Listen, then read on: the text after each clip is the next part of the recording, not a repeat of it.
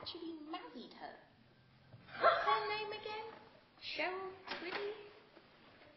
It's a disgrace. I don't like her. I think we would have got on better. Morning, or should I say afternoon? Hello, everybody. Hello. You alright? Yes. Late again. But never mind. Hey, you know what? I had the most strangest dream, you know. What do you dream of, you old black men sitting on park benches, staunchly wrapped in scarves and coats of silence? Eyes far away from the cold, grey and strutting pigeon, ashy fingers trembling. Enough, it said. Do you dream revolutions? Oh, it's easy to rainbow the past. After all, the letters from home spoke of hardships, and the sun traded long ago. Do you dream revolutions? In my dream, I was a little boy. I dreamt that I was in this tower block estate. There was hardly any furniture at all. The walls were just black. It was just me and my dad. And you see, well, my dad, well, he was just playing snooker on one of those green tables. Me, I wasn't exactly calm. My feelings in that room were jumpy. I was not relaxed at all. For some reason, I was just scared. I overheard a person shout out, "Fire, fire!" As soon as I heard that, I ran and told my dad.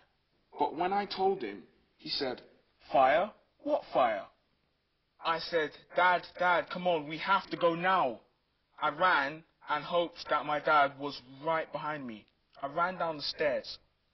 It was covered in flames. It was so hot.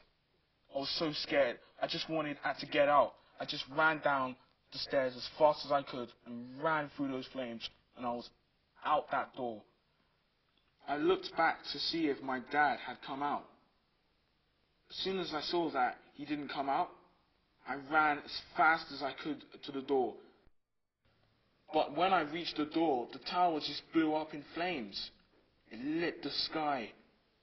And when that happened, I fell to my knees and I just started crying and shouting out, "Daddy, Daddy!" And then when I woke up, I was just crying the whole night. Once in the dream of a night I stood, alone in the light of a magical wood, soul deep in vision that poppy-like sprang, and spirits of truth were the birds that sang, and spirits of love were the stars that glowed, and spirits of peace were streams that flowed in the magical wood in the land of sleep. In my dream, I was walking down the street with my sister, doing a bit of shopping and stuff, but I was at this place. I knew this place, but I've never ever seen it before. So I was coming down from this alleyway, and then next thing I remember is seeing people screaming, shouting, running around and saying it's the end of the world. And then next thing I remember is I just lost my sister. So I started panicking and looking for her and stuff and being so scared, and then she just magically appeared on my hand. So walking, and then next thing I found myself looking up the sky and then seeing these huge rocks just coming down, and I just got so scared. I feel like it's going to crash us or something, and the first thing I thought is, God, we're going to die. But as the rocks came down close to the ground, they magically turned into tiny little raindrops. So I thought we'd be fine. But boy, was I wrong. Because when they touched us, they burned. I looked around me, and all I can see is people in pain, being burned with these tiny raindrops. So that's when I realized I need to protect my sister. So I really quickly covered her. So while I was covering her, I remember the ground started shaking and the cars just flying around, explosion, buildings collapsing, and people screaming, and everyone was getting burned and everything, and then I just woke up. Hold fast to dreams, for if dreams die, life is a broken-winged bird that cannot fly. Hold fast to dreams, For when dreams go, life is a barren field, frozen with snow. In my dream, I wake up with a strong thirst. So I go to the bathroom. No water in the tap. I look in the toilet. No water. So I flush it. I hear a noise coming from downstairs. So I slowly go down the stairs. I look around and no one's there. I go to the kitchen to fill up a glass of water. I fill up the glass and turn around to see a skeleton. I just drop the glass and run. I'm now walking and it's no longer night time. The sky is bright. I find myself walking towards my old house, only to find a man with a syringe there waiting for me. So he points the syringe towards me and starts squirting it, so I just run. I run to the local swimming bath, and there are men in suits, like from the Matrix, chasing after me. I jump into the swimming pool, and I'm deep in the swimming pool, and they're all surrounding it. And before I drown, I wake up. To die to sleep perchance to dream. Aye, there's the rub, for in that sleep of death, what dreams may come, when we have shuffled off this mortal coil, must give us pause. My dream was set in Germany during my vacation there.